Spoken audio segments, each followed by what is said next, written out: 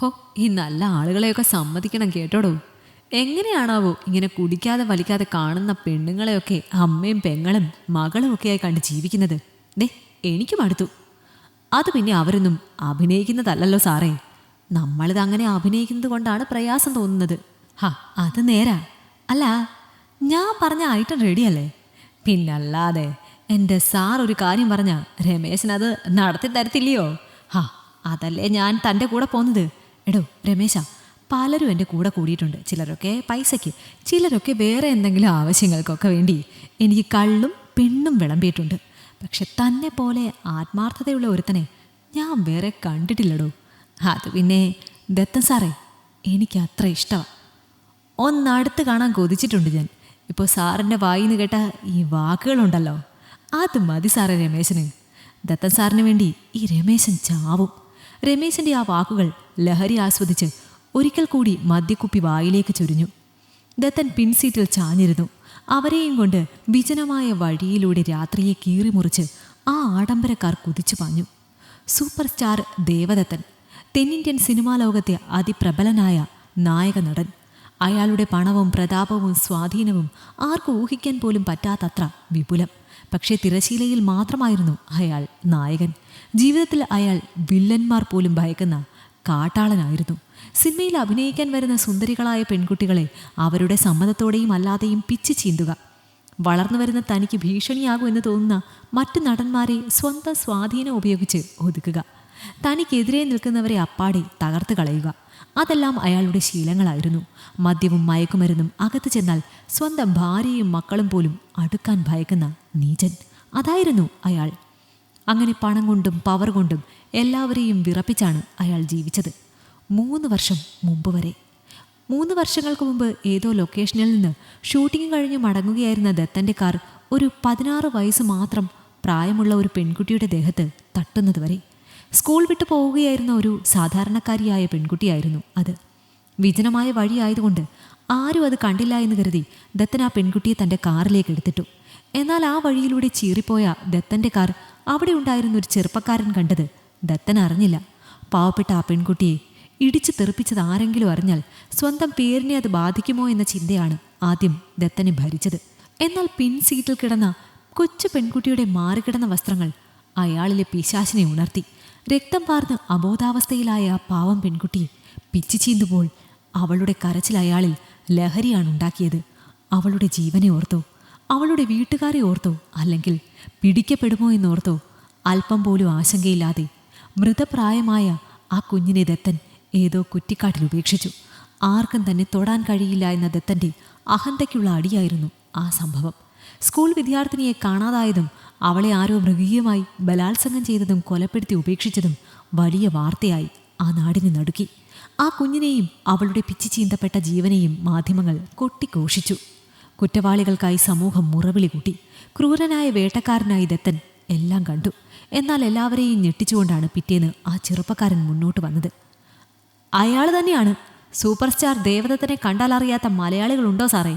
ആ പെങ്കൊച്ചിനെ അയാൾ ഇടിച്ചിട്ടതും കാറിലേക്ക് കയറ്റി കൊണ്ടുപോയതും ഞാൻ കണ്ടതാണ്. പോലീസിന് മുന്നിലും മീഡിയയ്ക്ക് മുന്നിലും അവൻ ചങ്കൂറ്റത്തോടെ വിളിച്ചു പറഞ്ഞു. അവൻ്റെ മൊഴി ശരിവെക്കുന്ന തരത്തിൽ CCTVയിൽ ദത്തൻ്റെ കാർ കൂടി കണ്ടതോടെ കാര്യങ്ങൾ ദത്തൻ്റെ കൈവിട്ടുപോയി. പോലീസ് അയാളെ അറസ്റ്റ് ചെയ്തു. ദത്തനെതിരെ ജനരോഷം ഇരമ്പി. ദത്തൻ കോപം കൊണ്ടും അപമാനം കൊണ്ടും അന്ധനായിരുന്നു. തൻ്റെ ഇത്രകാലത്തെ പേര്, പ്രശസ്തി എല്ലാം കൈവിട്ടു പോകുന്നത് അയാൾ അറിഞ്ഞു. പക്ഷെ ഒന്നും നഷ്ടപ്പെടുത്താൻ അയാൾ തയ്യാറല്ലായിരുന്നു. ദത്തൻ്റെ ആളുകൾ സാക്ഷി പറഞ്ഞ ചെറുപ്പക്കാരനെ സ്വാധീനിക്കാൻ ശ്രമിച്ചു. എന്നാൽ ഒന്നിനും വഴങ്ങാൻ കൂസാക്കാത്ത ഒരുവനായിരുന്നു അത്. ദത്തൻ്റെ വാഗ്ദാനങ്ങളോ പ്രലോഭനങ്ങളോ ഭീഷണികളോ അവന് മുന്നിൽ വില പോയില്ല. അവസാനം ദത്തൻ വീണ്ടും കൈവിട്ട കളി കളിക്കേണ്ടി വന്നു.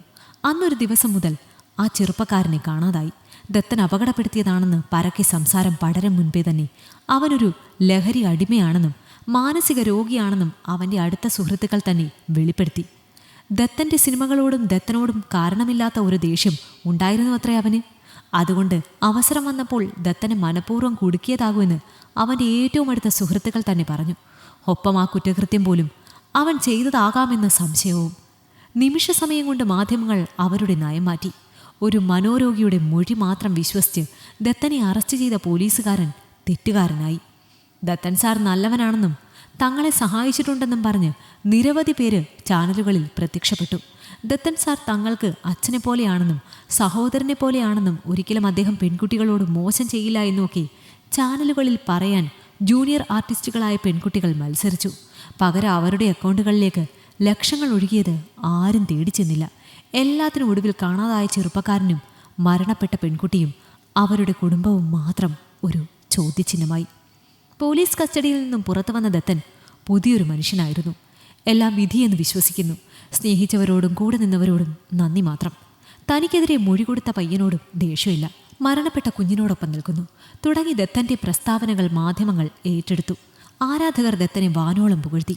ചാരിറ്റി പ്രവർത്തനങ്ങളും ദത്തൻ്റെ ഉദാര മനസ്കതയും സമൂഹ മാധ്യമങ്ങളിൽ നിരന്തരം വൈറലായിക്കൊണ്ടിരുന്നു. എന്നാൽ ആട്ടിൻതോലിട്ട ആ ചെന്നായിയെ ആരും തിരിച്ചറിഞ്ഞില്ല.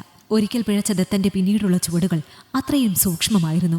അയാളുടെ കൊടും ക്രൂരതകൾ ആരും അറിയാതെ ഇരിക്കാൻ അയാൾ സമൂഹത്തിനു മുന്നിൽ അത്രയും നല്ലവനും മാന്യനുമായി അഭിനയിച്ച് തകർത്തു. സ്ക്രീനിൽ ഉള്ളതിനേക്കാൾ നല്ല അഭിനയം ജീവിതത്തിൽ കാഴ്ചവെച്ചപ്പോൾ അയാൾ ജനങ്ങൾക്ക് പിന്നെയും പ്രിയങ്കരനായി. അയാൾക്ക് മേലുണ്ടായിരുന്ന കറകൾ മെല്ലെ മെല്ലെ മാഞ്ഞുപോയി. കൂടെ ഉണ്ടായിരുന്നവരെ പോലും അയാൾക്ക് വിശ്വാസം ഉണ്ടായിരുന്നില്ല. ആയിടെ ദത്തൻ്റെ ഡ്രൈവർ നാട്ടിലേക്ക് പോയപ്പോൾ പകരം ഡ്രൈവറായി വന്ന രമേശൻ മാത്രം എങ്ങനെയോ അയാൾക്ക് പ്രിയപ്പെട്ടവനായി. രമേശന്റെ സംസാരവും പെരുമാറ്റവും ഒക്കെ അയാളെ ദത്തൻ്റെ വിശ്വസ്തനാക്കി. പക്ഷേ ദത്തനോടൊപ്പം സ്ഥിരമായി നിൽക്കാൻ മാത്രം അയാൾ തയ്യാറായില്ല. ചിലപ്പോൾ പെട്ടെന്ന് രമേശൻ ദത്തന് മുന്നിൽ പ്രത്യക്ഷപ്പെടും.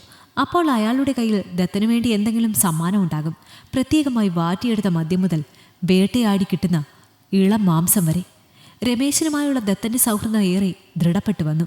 ആയിടെയാണ് നാളുകൾക്ക് ശേഷം ദത്തൻ്റെ ഉള്ളിൽ പെണ്ണെന്ന മോഹം പിന്നെയും വന്നത്. തനിക്കൊപ്പം എങ്ങനെയും സഹകരിക്കാൻ തയ്യാറാകുന്ന പെണ്ണുങ്ങളെയല്ല, വേട്ടയാടി കീഴ്പ്പെടുത്തി ഭോഗിക്കാനാണ് അയാൾക്കൊരു പെണ്ണിനെ വേണ്ടിയിരുന്നത്. അതും ഒരു കൊച്ചു പെണ്ണിനെ. പഴയ സംഭവങ്ങൾക്ക് ശേഷം വക്കീലിൻ്റെ ഉപദേശം കേട്ട് ബലപ്രയോഗങ്ങളിൽ നിന്നും വിട്ടുനിന്ന ദത്തന് ഈ മോഹം കലശലായപ്പോൾ രമേശനോടാണ് പറഞ്ഞത്. അതിനെന്താ സാറേ, ദത്തൻ സാറിന് അങ്ങനെ ഒരു മോഹം ഉണ്ടെങ്കിൽ ഈ രമേശൻ അത് നടത്തിത്തരും. വക്കീൽ സാറോ വേറെ ആരും അറിയണ്ട. രമേശിൻ്റെ വാക്കുകൾ ദത്തന് ഉൾപ്പുളകം നൽകി. അങ്ങനെയാണ് ഈ യാത്ര. രമേശൻ ഒരുക്കിയ ആ സൽക്കാരത്തിലേക്ക് ആരും അറിയാതെ ഒരു രഹസ്യയാത്ര. ഓരോന്നോർത്ത് ദത്തൻ്റെ കണ്ണുകൾ മെല്ലെ അടഞ്ഞുപോയി.